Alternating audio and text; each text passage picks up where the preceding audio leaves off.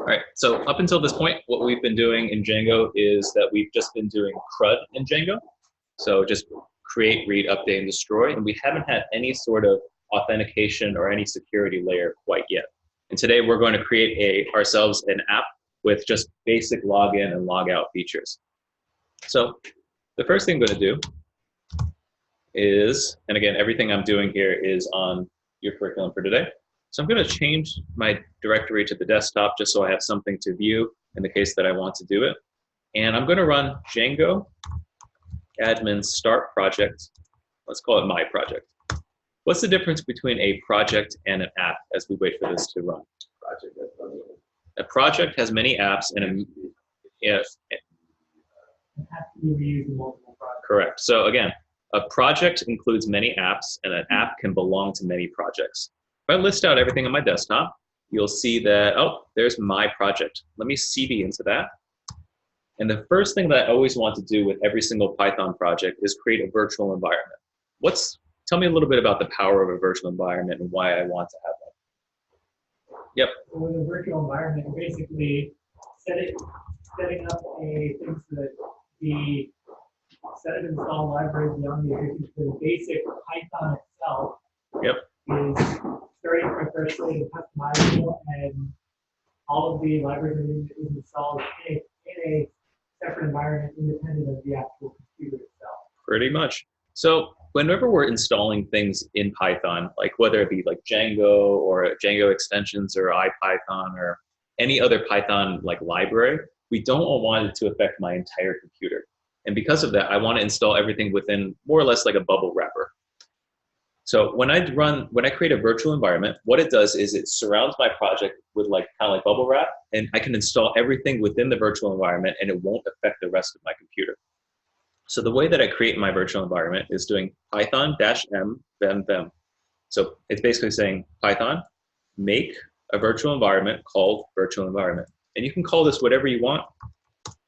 You can call it poop if you'd like to.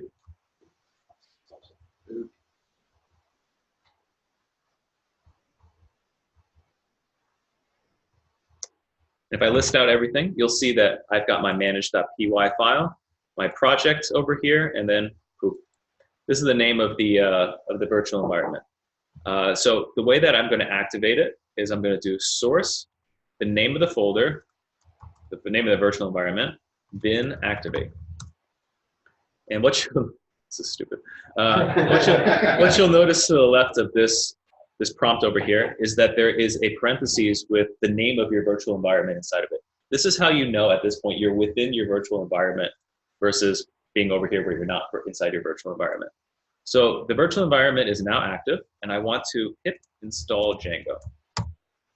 Again, when we're talking about virtual environments here, we're within the safety of we're installing Django within the safety of this poop virtual environment, meaning that I'm not affecting the rest of my computer. Again, this is super important if you're a consultant, for instance, and you're working for Blue Cross Blue Shield or something. They might be working on Django 1.1, and then you might be working for Groupon, which is on Django 1.2. And if your computer is married to one particular version, you try to open up another company's code, it could break. So that's why we have these virtual environments here. I'm going to pip install this so that it's not angry at me. I do. And I'm going to run python manage.py migrate just to get all of the authentication and everything in there that's built in. So I'm going to open this whole thing up inside of VS Code, and we'll take a look at some of the file structures that we got. So we've more or less run the same commands that we've run for the past few days. If you look inside of my project's settings, there's an installed app called Django contrib auth. This was always built in, but we never activated it. So there's always, whenever I create a project, there's the ability to have an admin panel. There's a ability to have messages and static files. There's also an ability to use the built-in authentication. So this pre-installed library is going to give most of the functionality that we need. Where do I find all my routes? URL. Yep. This is where I'm going to declare all of my routes. This is all boilerplate. And let's kind of read through this. On line 1, it says, from django.conf.urls. I don't know what that is. Basically, somewhere underneath the hood of Django, there is a URL library that gives us the functionality to visit different URLs. Django is what's called a framework, which is a collection of libraries. What that means is it's just, again, thousands of lines of code. Somebody much smarter than all of us wrote that ahead of time to make our life easier as a developer. You were writing your own HTTP server and everyone hated it, right? No one really liked that challenge. Don't worry about it. Django takes care of that for you. But somebody underneath the hood has that HTTP server code within Django. So again, it's just code that someone else wrote to make your life easier. So I'm importing the URL. I don't know exactly what that does. And then over here on line 2, we're bringing in admin again. I don't really know what that does. Let's take a look. So inside of here, we got URL patterns equals an array of this thing over here. What's happening is it's saying, I'm going to create a bunch of URLs that follow the regex pattern something admin. And whenever anybody makes a request to admin/something, the URLs that are going to take care of it is admin.site.urls. Admin comes from this underneath the hood. There's a library called site. And then underneath there, there's some code that says URLs. We don't need to worry about this too much, but when we start determining our own URLs, we have to be very sure of where that is. Yeah, John. So at this point, the thing is different from the rest of the week is the regex before. No, this is built in already. This was already here. Okay. I remember looking at our code from earlier this week and the URLs for our project and it didn't include the regex, which is admin/. Okay. Yeah, there might be some small differences. My version of Python of Django might be different. I'm not really sure. But we're going to add in, so the admin stuff is already built in when we ran start project, my project. But we're going to create some routes for accounts so that we can log in, we can log out, we can sign up. So what I'm going to do is I'm going to copy stuff from the curriculum. I'm going to add in one. Oh no. URLs.py, close, add in this code right here.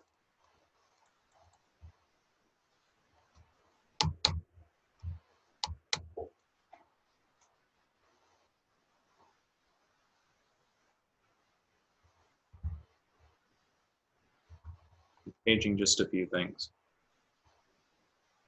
Actually, I'm just going to copy and paste.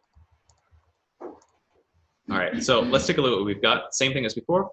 Somewhere underneath the hood, there is a contrib file under the Django library, and I'm going to bring in the admin panel into this particular file. From Django URLs, I'm going to bring in 2 libraries. One of them is called path, and the other one's called include. So we got URL patterns here. Whenever anybody makes a request to the path admin/, this is what you saw earlier in the week, right? I guess the other one was just automatically generated. Whenever anybody makes a request to admin/anything, I'm going to take them to this particular file to basically take care of all of that. This is underneath the hood. Whenever anybody makes a request to accounts/anything, I'm going to basically pass it off to Django contrib auth URLs. Again, this is also something that's built in for you. That one extra line of code for accounts, underneath the hood of all this, we get these routes for free. So we get /login, /logout, change the password, finishing the password change, password reset, reset with a token. All this stuff comes for free using this particular library. So again, all we're doing today is we are just creating a like an app that has logging in, logging out, and sign up. So what part of my app do I need? What do I need to add in order to view something? What is that folder called? Nope. Nope. Templates. So I'm going to create a templates folder at the same level as my project. And the reason why I'm not putting it within my project or within the app is because this templates folder needs to live at the exact same level as my project because it's a template for the entire project. If I if I have specific templates for specific apps or projects, then that goes inside the folder. But because this templates, I'm going to use templates for the entire thing. I'm going to have it at the same level as my project. So that just means that it would actually be the URL that would get to your app level URL. Correct. Yeah, we'll see that in just a second. So I'm going to create templates folder. Within there, I'm going to create a registration. That's for like logging in and logging out folder. And then within there, I'm going to create a login.html file. It's empty right now. So I'm just going to copy and paste from here. So we all know HTML. We've got H2s, header 2s. So it's something real big on the very top. It says login and a form for us to log in. There's nothing inside of here quite yet. This is just kind of boilerplate code. So we usually use templates within different apps. That's what we've been doing to see stuff for the past few days, right? But since this accounts functionality, this registration over here is at the project level, we create this folder at the project level. So we also need to register these particular templates within settings. So if you scroll down, you'll see that there's a templates right over here. This is how they know, this is how Django knows which templates should I pull from? Like, how do I show the stuff on the screen? And I'm going to add in one thing that says dirs equals this right over here. I'm just going to change that to this. What this is doing is saying one of the templates directories that I'm going to bring in is at the base directory, which is at the where my project is right now. There's a folder called templates. I want you to bring that in, and that's one of the directories that we're going to have. Before, it was just an empty array like this, so where you can register your individual apps templates, but I'm also going to bring in these templates over here. And at the very bottom of the URL, I'm going to create what's called a constant. Remember, all uppercase is constant, something that doesn't change. When I log in, I'm going to redirect myself to /, which is the home route. Questions so far? When did you, was that? John, can you just put templates as a string, or do you have to put that path? The question was, do I have to pass templates as a string? And the answer is yes, because it's looking for a particular, what os-path.join is doing is it's basically saying, I want you to find this particular folder, and this is building that string, that path to this folder right over here on the left. Well, my question was, can you just use templates and not do os.path.join and get the same result? I don't believe so, but we can try that a little bit later. For the sake of time today, I'm going to keep it like this because I know this one works. Down over here, this I added from the curriculum. Okay. All right. So if I want to create URLs related to logging in and logging out, a lot of that is given to me here on line 6. I'm going to change this real quick, and we're going to go over each line. So it's very similar to what we saw before. We're bringing in the admin library, we're bringing in the path and the include library from Django URLs, but we're also bringing in this new thing. This is the new thing that we're talking about here. From Django.views.generic.base. So inside of Django, there's a file called views, which includes a class called base, which includes some code generic, and then there's some code called base. We're bringing in the template view. So what we're doing is we're saying anytime anybody makes a request to /admin, this set of commands is going to take care of it. Whenever anybody makes a request to /accounts, this is going to take care of it. Whenever anybody makes a request to just / just like google.com without anything at the very end, template view, which is something that we're importing, is going to say, okay, cool. All we're going to do is we're going to pass off, we're going to bring in template view. It's a base. The template name that we're going to look for is registration/home. But do I have home? Not yet. Not yet. We'll get there. All right. Next, inside of the templates folder, outside of registration, we're going to create 2 files. One of them is going to be called base.html. And this code is going to go inside of it.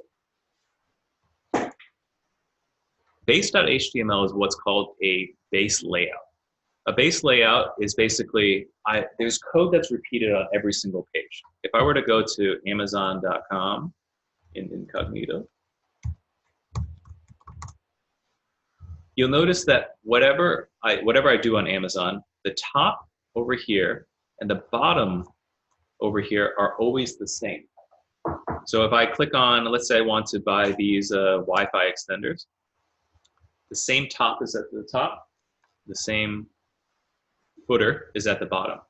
Do you think that they copy and paste the header and the footer on every single page? That would be very repetitive, right? Like, and what if I change the order of things up here and it's inconsistent or it doesn't look as good? So what people end up doing is they create what's called base layouts. That's what I've got over here with this base.html. It's the thing that loads up at the very top. It's the skeleton of your HTML, so you don't have to copy it over and over again.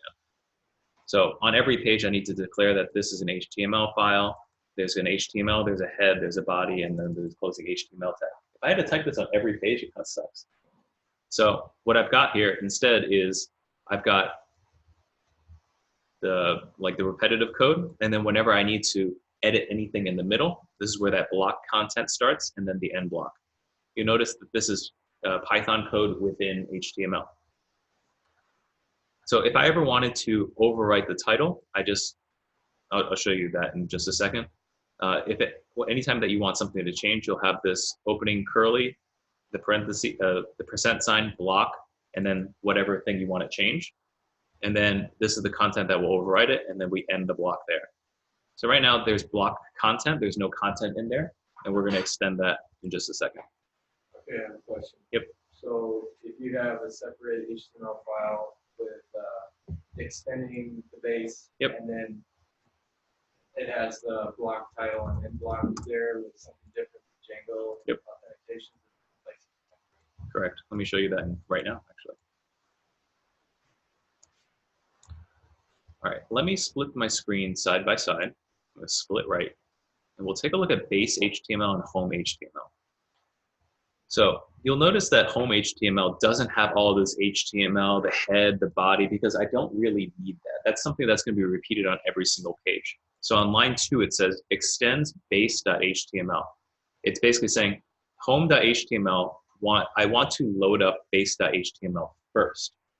Then you'll see this block title. I want to overwrite I don't want it to say Django auth tutorial. I want it to say home. So what I'm doing here is I'm going to say block title. This is a Python block of code saying overwrite the title to be home and then close the block. If I didn't do this, every single page would say Django auth tutorial, but because I'm putting this here, it's going to replace it with the word home. Does that make sense? Same thing over here with the block content. So it's saying block content, and then I could say whatever I want over here. So if I don't pass in any block content, this whatever I want will show up on every single page. But I want to overwrite it, so I have block content to open it, and then end block to close it. Basically, it's saying take all the contents within here and paste it right over here. Another way to think about it is whenever you see block content on one of these templates, load up what's inside of there. Now we get something really nice. If user is authenticated, we didn't have to write anything that comes from Django authentication. Then we go just say, hello, your username, and then I will display a href or a URL to log out. Otherwise, you're gonna write, you're not logged in, and give them the option to log in. Makes sense. If you jump over here, hello, empty, select your address. But whenever you log into Amazon regularly and you're logged in, it says, hello, John, welcome back, or something like that. So they display different things based off of if you're logged in or if you're logged out. The next thing we're going to do is we're going to edit templates registration login. So where's my login? Right there. To basically use our base. This was what it was to begin with, and I'm going to completely overwrite it with this.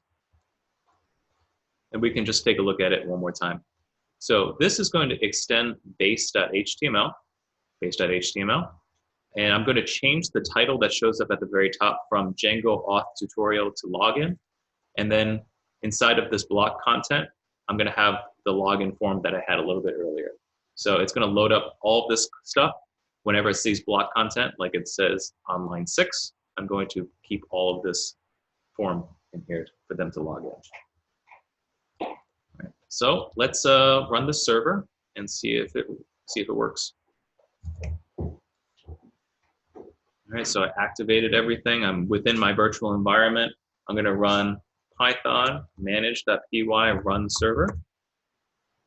All right, so it looks like it is running. So my computer is acting as the server right now. These are all the server logs.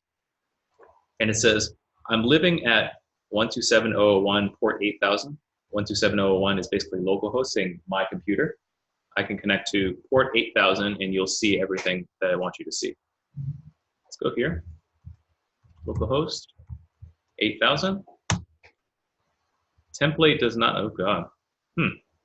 Let's take a look at what happened here. Template does not exist. Registration home.h. What's that? Yep, it looks like we put that under the wrong place. Let's put this here for now. So I moved my home within registration. Let's see if this makes a difference. Refresh, you are not logged in. Cool. So if I try to log in now, I'm taken to account/log, and this is something that was built in underneath the hood, but I don't have a user yet, so let's create one inside of our database. I'm going to kill the server, clear the screen. I'm going to run Python manage.py. There is a command called create super user. All right, let's say I'm going to use jyoung as the username. Leave blank if you want to use that. I'll just do John. My email address is john@email.com. My password is 123123, 123123. It's too short, has to include at least 8 characters. Should we bypass it and create it anyway? Why not? This is the most secure website in the world. Python manage.py run server. Okay, it's running again. So let's see if I can try to log in. So we have John, 123123, log in. And it says, hi, John, and then also the log out button. All of this was built in for us. So let's track this now. We didn't really write anything. Underneath, oh, actually, this is why it's broken. It's under registration home. I'm going to move this back out. Let me go back to here. All right, it says that I'm logged in, so it's going to say, just say, hi, John. When I logged in, there was a form that was built in from the Django, like underneath the hood. They gave us a login and log out functionality. So we've got the form for us to log in. When we do log in,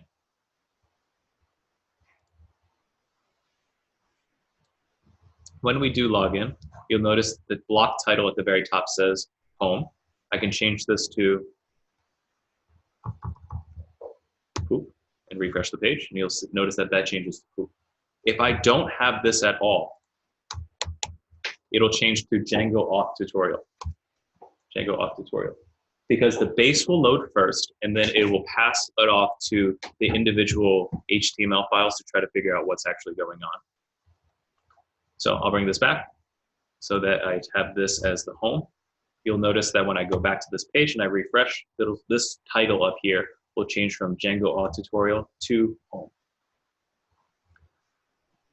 Then, let's take a look at base.html. It just has a body, a main portion of the body, where it looks for something called block content. Block content is right over here, and it says, if the user is authenticated, you're going to say hi, and then the username. That's why it says, hi, John. My username is John. And it also displays a link to log out. Let's try this. So I log out, and it takes me to this weird Django administrator. This is not what I want. It's built in, which it works, which is really nice. And if I go back to the main page here, it says you are not logged in. Remember, the user is not authenticated. There's no user, and they're not authenticated, so it says you are not logged in. It brings out the login functionality. So what we're going to do to set up the log out,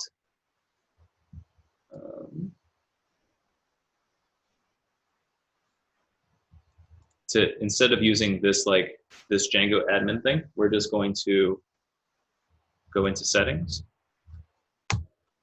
We're going to add that log out redirect. So whenever we log in, after you log in, I'm going to redirect you to the home page. When I log out, I'm also going to redirect you to the home page. I can either use the path like this or what's called a named route. If you go back inside of urls.py, remember, we could hard code it like we did with line 121 in settings.py with the slash. That's this over here.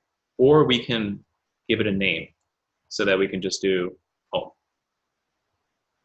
Both of them will work. Let's find out. So let's go back to the home page. We're going to log in. John 123123, log in. And before, remember when we had the logout button, it had all that extra Django stuff. I'm going to click this, and hopefully this will redirect me back to the home page. Log out, and it redirects me back to the home page. You'll see that there's no slash anything at the end. It just says you are not logged in. I'm going to stop here for the sake of time, but there is a section for sign up that Mike or Tom can cover for you. Okay. But yeah, are there any questions on what we've done so far? I'm going to stop the recording for this.